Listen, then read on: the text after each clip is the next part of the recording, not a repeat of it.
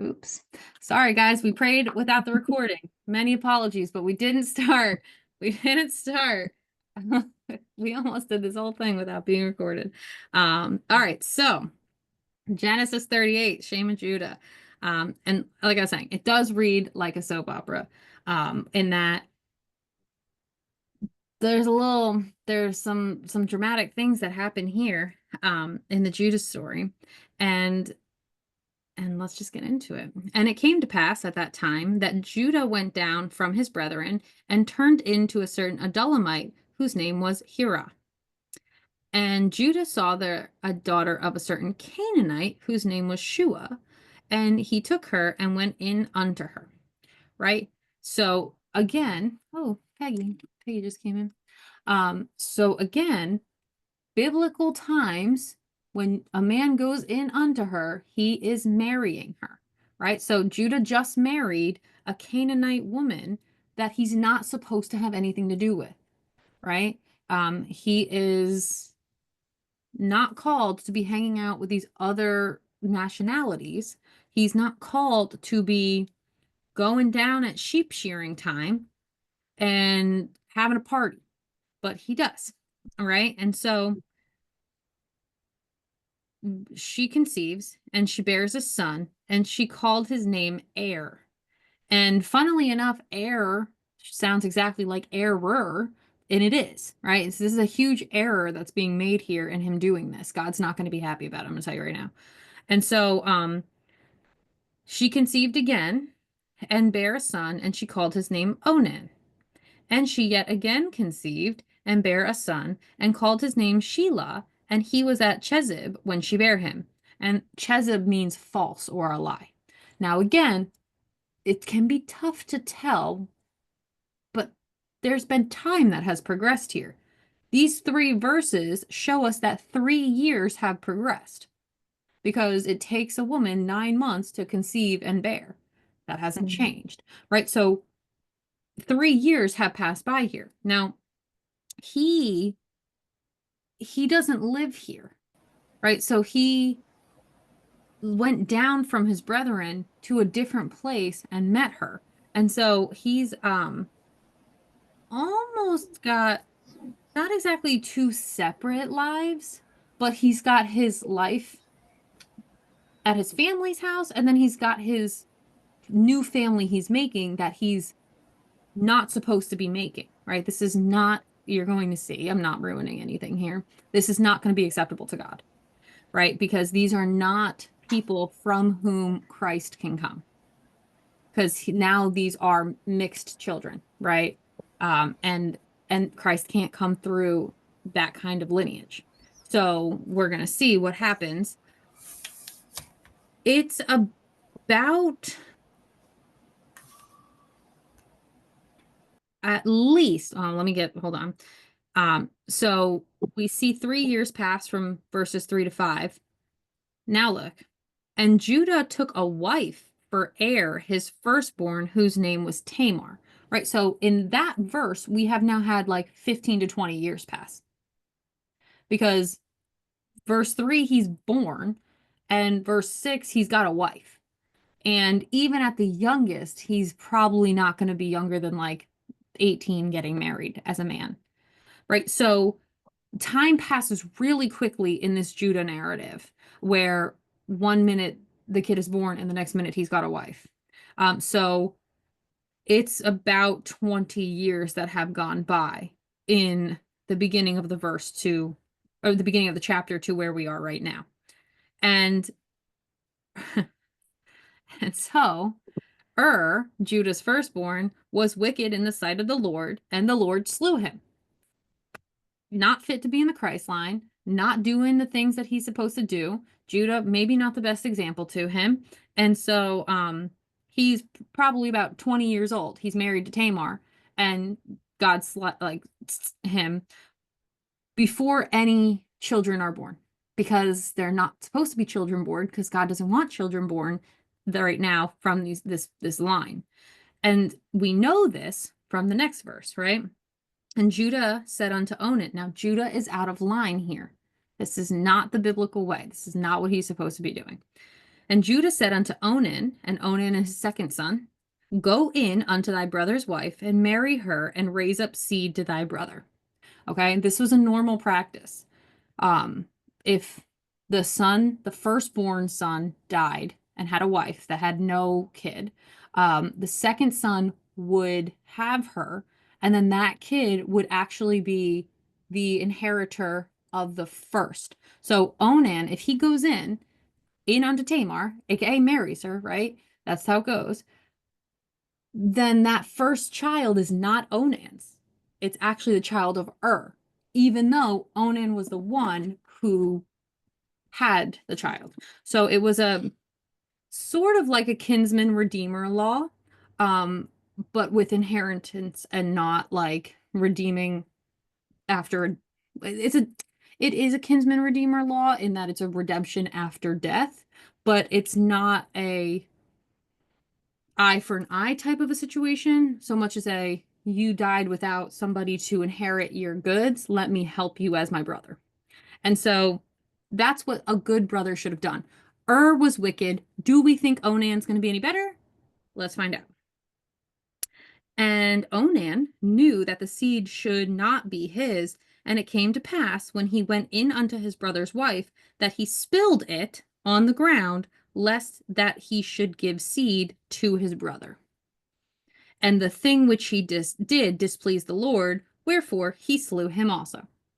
Right? So the first thing, we get a false kind of narrative out of this where men are told or believe that they can't spill their seed on the ground, right? Like if you jerk off, you can't spill your seed. That's not what is being said here. What is being said here, what he's doing is a derogatory thing because he's treating her like a whore. He's treating her like a harlot, right? He's treating her like she's not good enough to carry his seed. And that's not how you treat your wife, right? So it's not so much that it's a wasted seed and you can't do it. It's that he has a duty and an obligation to fulfill, and he is failing it, which God is not happy about, and there's a punishment for it.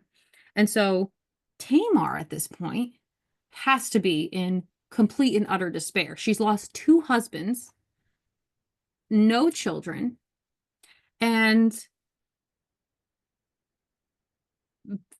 you're about to see Judah's not really any better, but there's no place for her in this household because of what keeps happening. Because Judah was disobedient, right? You're going to see in this entire narrative, Tamar does nothing wrong. Judah does a lot of things incorrectly. First off, he shouldn't have went into Shua. He shouldn't have had children by her. He shouldn't have done a lot of things that he did. And yet he did it. And so Onan is being really selfish here, so God kills him. He's not doing his duty, so God kills him. But also, as far as the sin of men jerking off and spilling their seed, it's not really quite the sin that people try to make it out to be and use this verse to justify it. Especially now when it's not that we have less emphasis on procreation, but then they had a whole bunch of people that had to come down. Families were much bigger. Even 50 to 100 years ago, families were much bigger. Now, as you're seeing, pretty standardly, the birth rate is declining, like things are slowing down. There is, and I guess I'll talk about this here, there is a finite number of souls that need to be born into this dispensation, right? So at some point, that's going to stop because God only made X amount of people thousands and billions of years ago. So once those souls stop coming down from line to line and umbilical cord to umbilical cord, and everybody's had the choice to come and live in the flesh and make decisions for themselves, once that happens, we can start moving into the new operation, right? And so a lot of people don't think about that. But back in the day, it was a bigger thing to spill your seed because there were children there's a bigger need to populate. Now we are well and good on the population. Still children born every day, obviously, but it's not the same type of responsibility, I guess we'll call it. So, no, the whole you're going to burn in hell for touching yourself type of a thing for men. No, it's not true. Women, obviously, we don't have that because our seed is an egg inside of us and it naturally dissolves every month in a period, right? So, are we in trouble for our seed not being fertilized?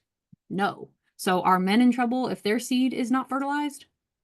Also no, right? If there's an intentionality behind it of I don't want to do my duty by you or get you pregnant and I'm your husband, we got a problem. If you have a dream at night and you have what's called a nocturnal emission, no, you're not in trouble. Like, couldn't help it, right? So if you jerk off, also not in trouble. Couldn't help it. That's its own kind of conversation, but the intent is important behind the things, right? So that is really the thing here. The intent is for him to be selfish and not do his duty and not do his responsibility. God does not like when men are irresponsible.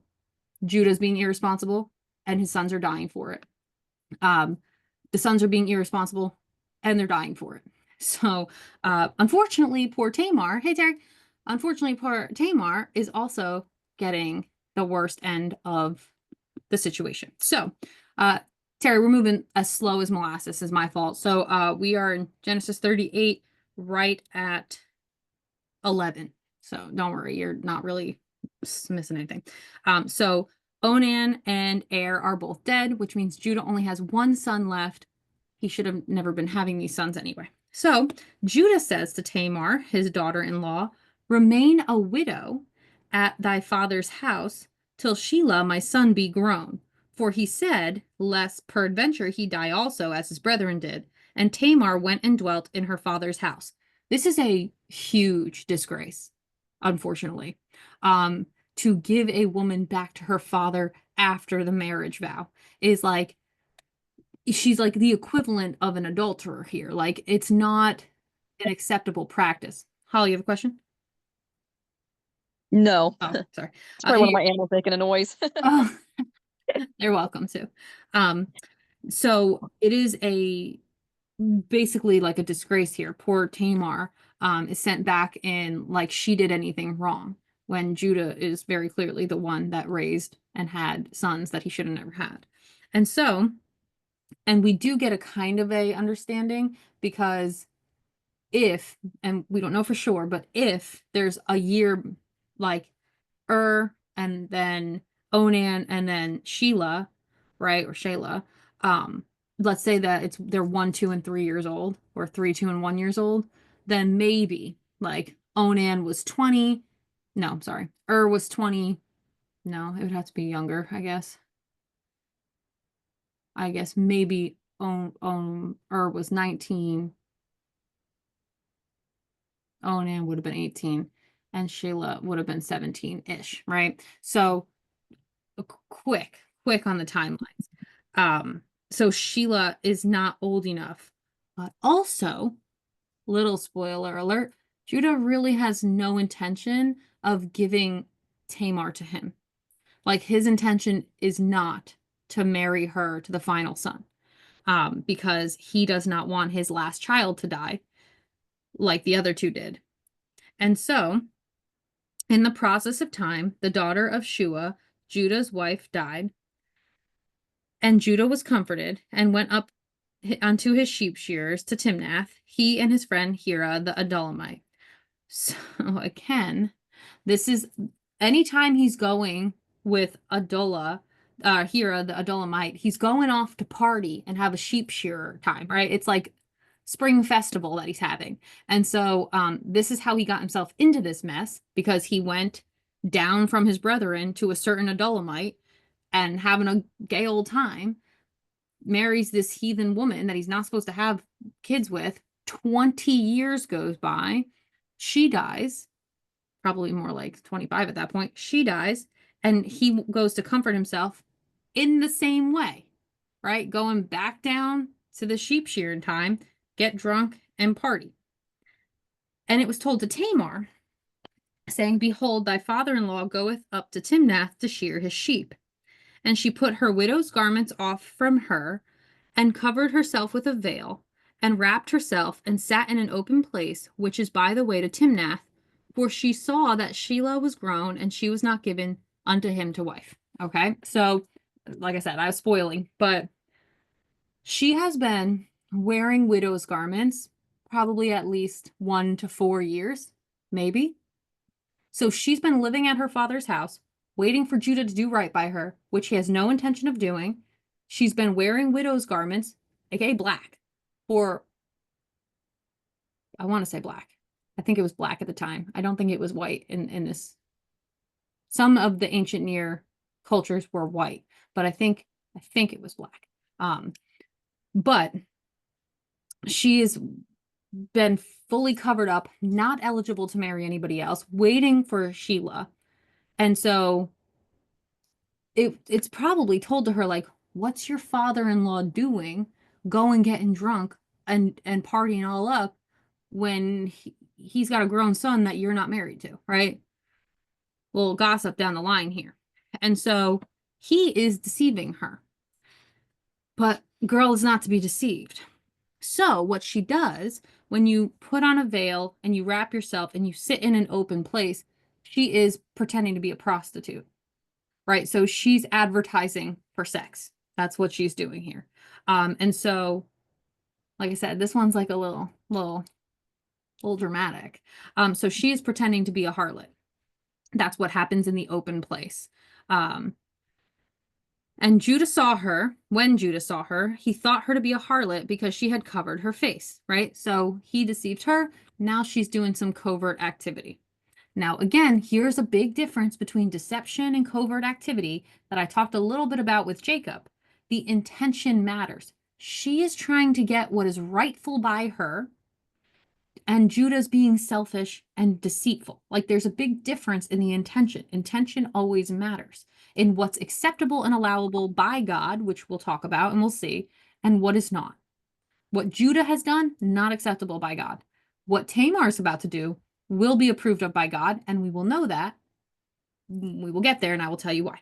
So he turned unto her by the way and said, Go to, I pray thee, let me come in unto thee. For he knew that for he knew not that she was his daughter-in-law. And she said, What wilt thou give me that thou mayest come in unto me? Right? Like transaction here. Like, what are you going to pay me to have sex with me?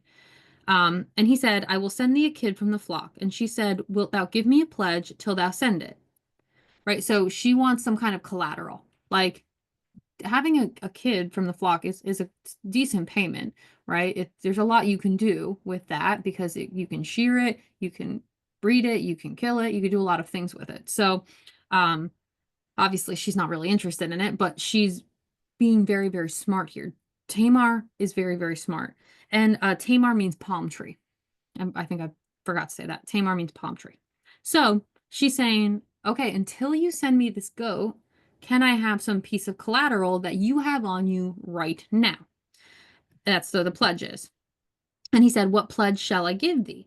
And she said, Thy signet and thy bracelets and thy staff that is in thine hand. And he gave it her and came in unto her, and she conceived by him. Do you know what Judah just gave to her? His heritage, his scepter, and his signet ring. He just gave her his identification as like a ruler of sorts, right? Like your signet is what you sign documents with. So she gets his staff, which is his scepter. She gets his ring, which is only specific to him, and she gets his bracelet. He has no idea who this woman is, and he has no idea if he's ever going to get them back.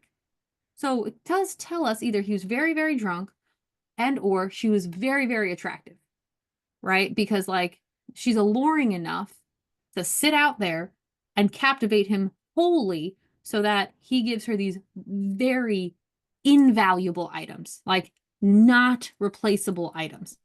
That she did not ask. She was very, very smart about here because it's his identification. It's basically like, give me your license and your passport. Give me your social security card. And he's like, sure, let's have sex. right? And of course, she conceives by him. This is how we know God is in this, because God allowed this conception. Why? Because Tamar was somebody he could have children by in the Christ line. Tamar is one of the great, great, great, great, great, great, great, great grandmothers of Jesus. So this is allowed because this is the Christ line. And so it's very much protected by God all the time, to the point where Onan and got killed, and Tamar and Judah ended up having an affair, essentially. And so she arose and went away and laid by her veil from her and put on the garments of her widowhood, right? So she is being super, super smart here. And Judah sent the kid by the hand of his friend the Adullamite to receive his pledge from the woman's hand, but he found her not, right? So at least he did what he said he was going to do to try to get his stuff back, but she obviously wasn't there because she isn't really a harlot. Then he asked the men of that place, saying, "Where is the harlot that was openly by the wayside?" And they said, "There was no harlot in this place." And he returned to Judah and said, "I cannot find her." And also the men of the place said that there was no harlot in this place. So basically, like, because again, Judah doesn't really live here. This is not convenient for him. So he had a Dolomite do the Hira, the Adullamite, do it for him. Also, he doesn't really want to be associated with it. And Judah says, "Let her take it to her, lest we be shamed. Behold, I sent this kid, and thou hast not found her." What he's saying here is, let her have it, because I don't want to be embarrassed by what I have done, right? He's going to be embarrassed, so don't worry. And so he doesn't want it to tie back to him, basically. It's why he has Hira do it. It's why he lets her keep it. It's like he doesn't want to go through the struggle of trying to figure out how to find her again. And he will find her again, don't worry. But this is presumably before. Is it before? I would say it has to be before. Maybe not. The timeline of when Judah goes to Egypt, I'm trying to figure out in my mind right now. Because Judah kind of sucks here, if we're being honest, right? He's not the best. He's not the worst, but he's definitely really carnal. We see that when he decides to sell his brother. We see that when he decides to do this to Tamar and to this harlot he doesn't even know, who happens to be Tamar, right? He's not the best at conducting his business with honesty and character. We're going to see in a couple chapters where that changes, because he tells Jacob, his father, "I will give up my life for Benjamin if I have to." So there will be a time, and I think it comes after this situation with Tamar that we're about to see, where he starts to change his tune about how he shows up in the world and he tries to be better. But we'll get there. So he does not want to be ashamed here. And it comes to pass about 3 months after that it was told to Judah, saying, "Tamar thy daughter-in-law has played the harlot, and behold, she is with child by whoredom." And Judah said, "Bring her forth and let her be burnt." How nice, Judah. Of course, she's smarter than this, so obviously. When she was brought forth, she sent to her father-in-law, saying, "By the man whose these are am I with child." And she said, "Discern, I pray thee, whose are these, the signet and bracelet and staff?" Right? She doesn't even defend herself. Like, she knows she's in the scot-free clear. Like, she's good. She's like, "Hey, this person got me pregnant. Do you know what this is?" And Judah acknowledged them and said, "She hath been more righteous than I, because I gave her not to Shelah my son, and he knew her again no more." Right? So we can see that he is very quickly corrected, and God does allow all of it. And we know God allows it for this reason. Not just did she conceive, but she conceived in the way of most anointed women in the Christ line, by having twins. So it comes to pass in the time of her travail that, behold, twins were in her womb. And it came to pass And again, this is another theme that we're going to see with the elder and the younger, or that we've already seen a million times. And it came to pass when she had travailed that the one put out his hand, and the midwife took and bound upon his hand a scarlet thread, saying, This one came out first. And it came to pass, as he drew back his hand, that behold, his brother came out. And she said, How hast thou broken forth? This breach be upon thee. Therefore he was called Pharez, and that means breach. And afterward came out his brother that had the scarlet thread upon his hand, and his name was called Zerah. And so, when you go to Luke chapter 3, you see that Pharez is the one that steals the birthright and is in the Christ line. And so Zerah means rising of the light. And so we see that God was not at all unhappy with what Tamar did here, because he blessed it and he gave her twins, and she got double for her trouble because she had two murdered husbands and had to deceive her father-in-law. But that is Tamar and Judah, and it is a very important little sidestep because we track the Christ line and we see that Judah is the king line already. His staff, his signet, these identifiers as kingship. It's going to be the king line, and obviously Christ comes through that. So Genesis 38. Any questions? What do we think? Anything coming through?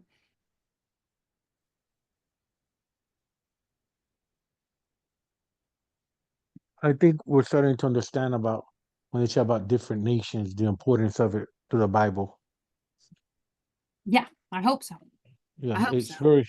I think I remember growing up, people used to always emphasize that, and I guess like they said about mixing of nations and the problem, or so I see how it's biblical and seeing forward the problems that it does cause in families and relationships to today, That to right. today.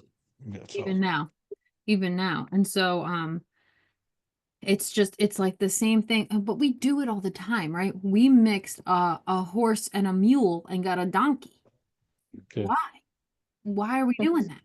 Guess what? A donkey is good for nothing. Stubborn, infertile, terrible workers. Like, why do we do these things? But of course, we also just resurrected the dire wolf. So, we do all kinds of stupid things as humans. Like why? All the time. So, it's just there are genetically things that make more sense when you keep kind to kind. The zebra is beautiful, the giraffe is beautiful. Do we want them to procreate? No. And probably there's a reason that's never happened, is because it wouldn't be able to sustain life. There are certain things that are not compatible with life when you start doing hybrid type things. And so it is as much as people want to water down the Bible and try to say Mhm. God accepts this, that, and the other thing. God made everything and set it in order, and it was good. Yes. We took it out of order and made it not the best. And so this is why, we don't listen to God, and people wonder why that's Yep. problematic. And it's something that you realize now by living life and growing up and seeing people that do and seeing the effects afterwards. It really is. It really is. If you have that experience, yeah. Yeah, yeah, Um it really is. it's really a hard thing, from what I have seen, for people who have blended cultures. Most of the time, it's harder and not easier or accepted. Um, sometimes there's the exception, but like most of the time, it has a lot to do with like confused identity, mixed like mixed affinities. It's not. There's a lot of reasons why God said not to do it, Yeah, especially yep, though in this time of the Bible, not in this time of life, but in this time of the Bible, he had called Israel to be a holy people who reflected him and did things differently, got circumcised, pledged themselves to him, and he did not ask the nations around them to do that. They did not have the same standard that they were held to, right? So God, as like Israel being the firstborn, they had Israel as a nation being the firstborn, they had a different job to do. God held them to a higher standard. And it's like, it's just like, you know how they say, if you're healthy and somebody is sick, the sick person isn't going to get healthier, but the healthy person can get sick. You guys ever heard that? Yeah, Mm-mm. I have. It's kind of like with the Israelites and the heathen nations around them. The heathen nations aren't going to be better, but the Israelites can sure as heck be worse. And Judah's a good example of that because, like, he went off and hung out with the heathen nations and did a whole bunch of things out of God's natural order.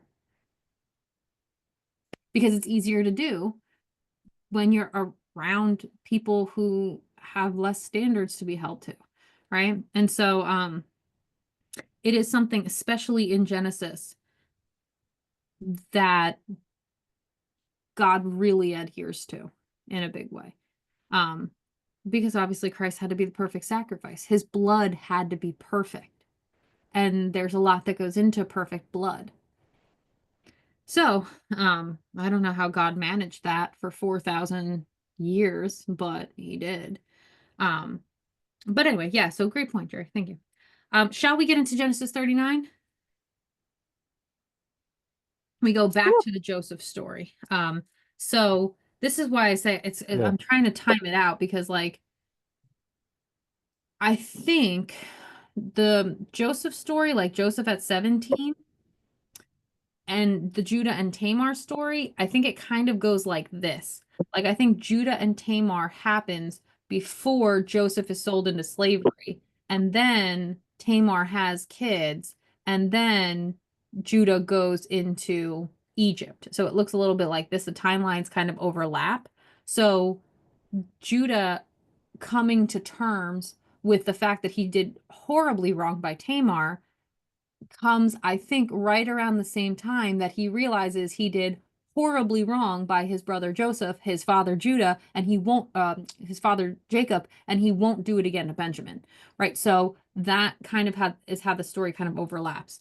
And so it's really critical. You'll have scholars and theologians who say, oh, the Judah story is out of place in the Genesis. No, it's not. It's not at all. It's not at all.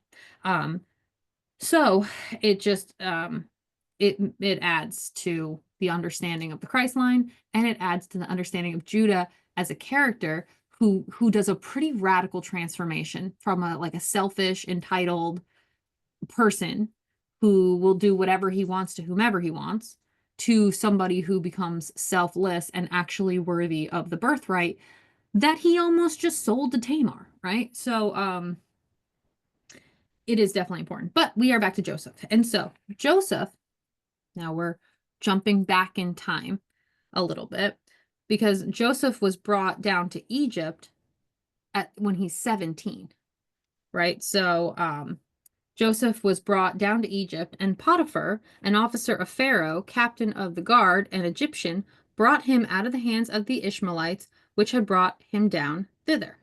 And the Lord was with Joseph, and he was a prosperous man, and he was in the house of his master, the Egyptian. Right. So again, Joseph is being blessed, despite the terrible things that have happened to him. And now he's a man, so we know time is passing. We don't exactly know how much time has passed, but we know time is passing. And he is being blessed. And I talked about this a little bit, maybe last time, in basically Pharaoh's like chief captain of the guard advisor. So pretty high ranking stuff going on here. And his master saw that the Lord was with him, and that the Lord made all that he did prosper in his hand. And Joseph found grace in his sight, and he served him and made him the overseer of his house, and all that he had put into his hand and all that he had he put into his hand. So the first time we see Joseph, actually almost the second time, but the first time we officially see Joseph being a steward of someone else's stuff is Potiphar. And Potiphar has a lot of stuff because he's the highest ranking army captain. We see it a little bit with Jacob, right? Because Jacob was training Joseph to take over his house, but he hadn't given everything to Joseph yet, but it was coming. So Joseph becomes sort of a steward of other people's stuff that he's very responsible with a multitude of times in his story, right? Joseph is blessed by God, and it's very, very noticeable. And like I always say, the people around the Israelites know who the Lord is. They know who God is. They don't serve him, but they sure do respect him, right? They sure do appreciate him, and they absolutely know to treat the people the Lord favors with favor, right? So Potiphar is another example of this.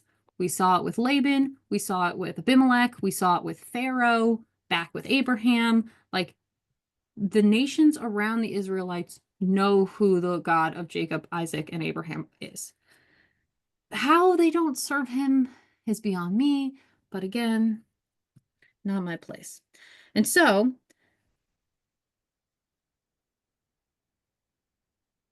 it came to pass from the time that he had made him overseer in his house and over all that he had, that the Lord blessed the Egyptian's house for Joseph's sake, and the blessing of the Lord was upon all that he had in the house and in the field. And he left all that he had in Joseph's hand, and he knew not aught he had, save the bread which he did eat. And Joseph was a goodly person and well favored. He trusted Joseph so much, he didn't even take an inventory of his stuff. He trusted Joseph so much that all he paid attention to was the food in front of him when he was served it. That's how much he trusted Joseph.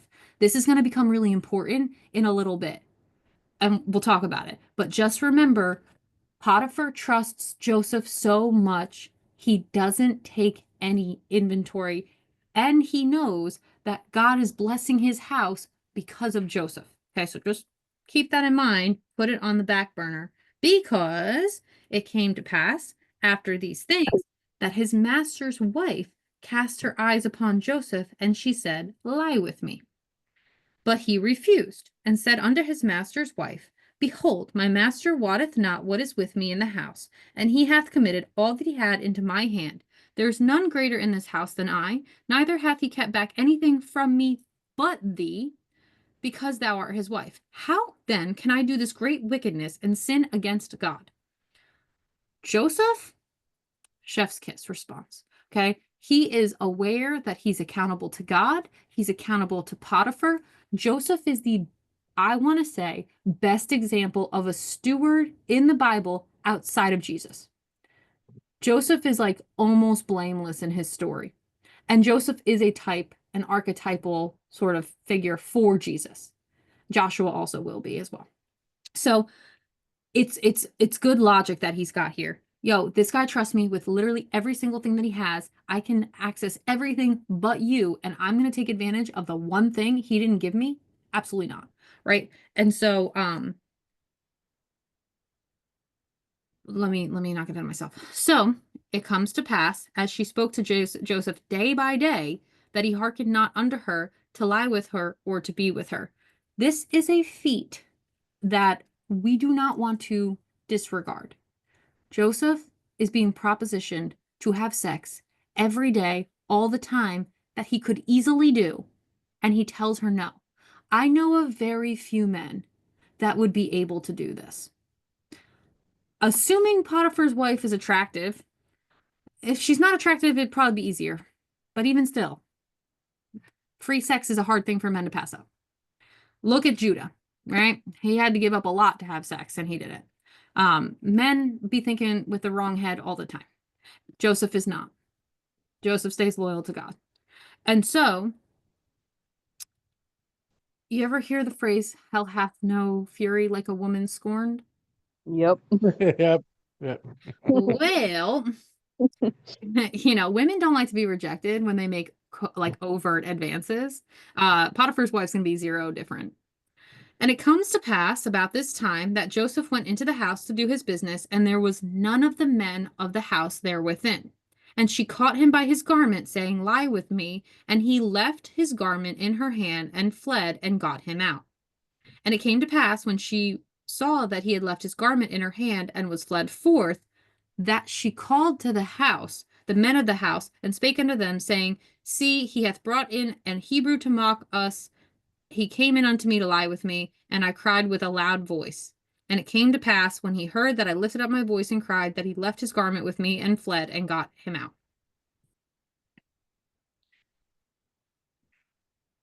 So, Joseph's garments always be getting him in trouble, right? This is the second time he's been betrayed. Second time his garment has been stripped from him. Second time it's going to put him in a perilous situation that sets him up for success later, right?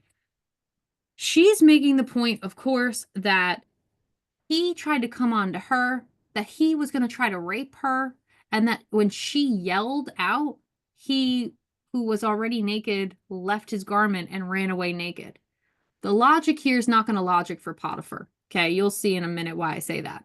But the obvious truth of the thing is that she likes Joseph. He says no, and she's trying to make a grab at him, and she spins a story. Now watch, this is how we know Potiphar is going to know. Potiphar knows his wife, and Potiphar knows Joseph. Okay. So Joseph right now running around naked. So he don't have clothes on. So that doesn't help his story either. And so we see that it's so easy for lust to become hate. Takes no time. We see it now. We saw it then. It's always the case where lust is a very perverted emotion and very easily turned. And so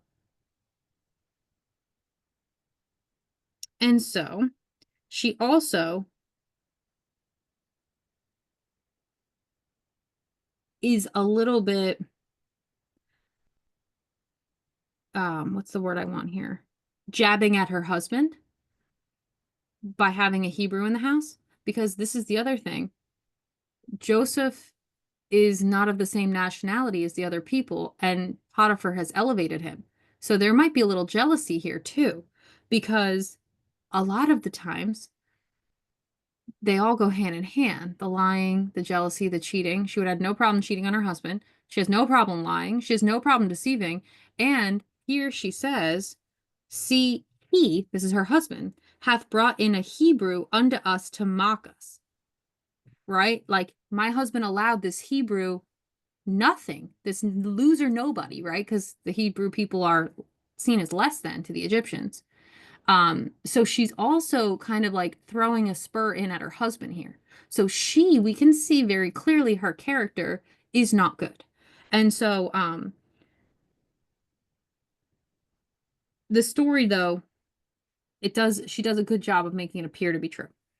And it comes to pass, I lift up my voice, came to pass, so here it is. And it came to pass, when his master heard the words of his wife, which she spake unto him, saying, After this manner did thy servant to me, that his wrath was kindled.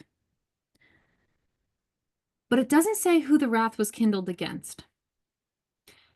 This crime is punishable by death. Does Joseph get sentenced to death here? No. What does Potiphar do?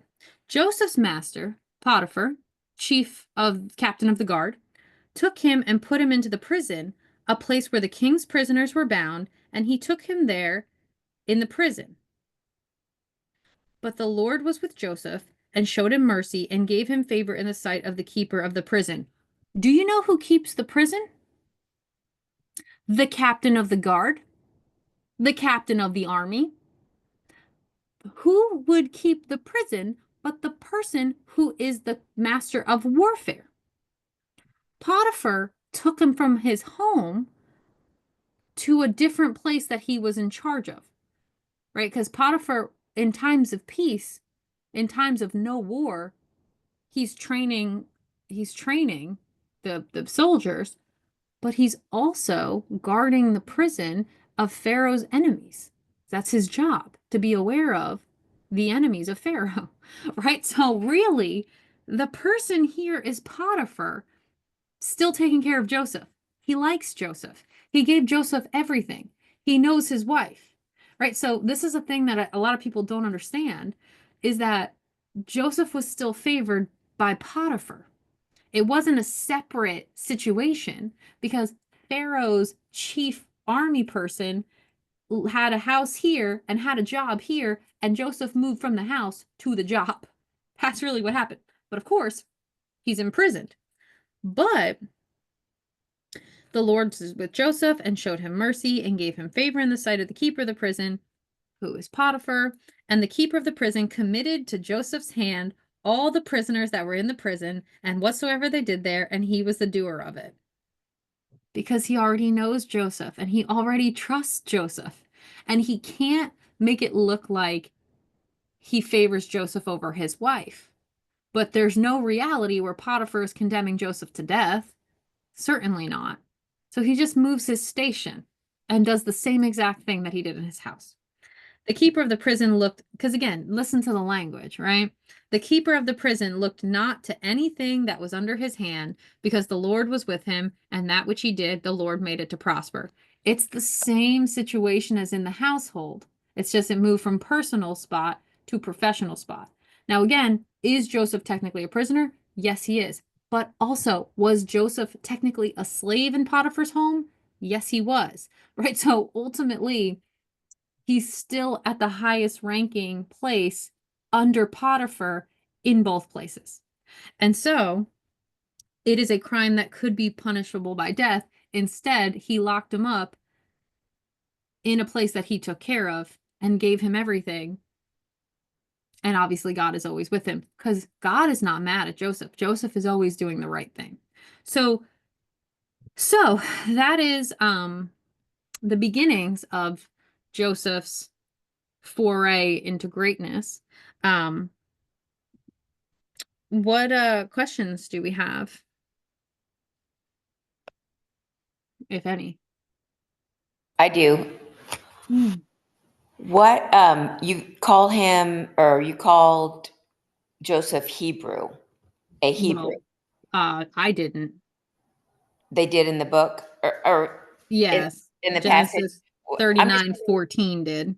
okay. And how does that? Is that the first time that comes about? That is the first time we see it. Is anyone being called Pretty Hebrew? sure. Outside of this moment,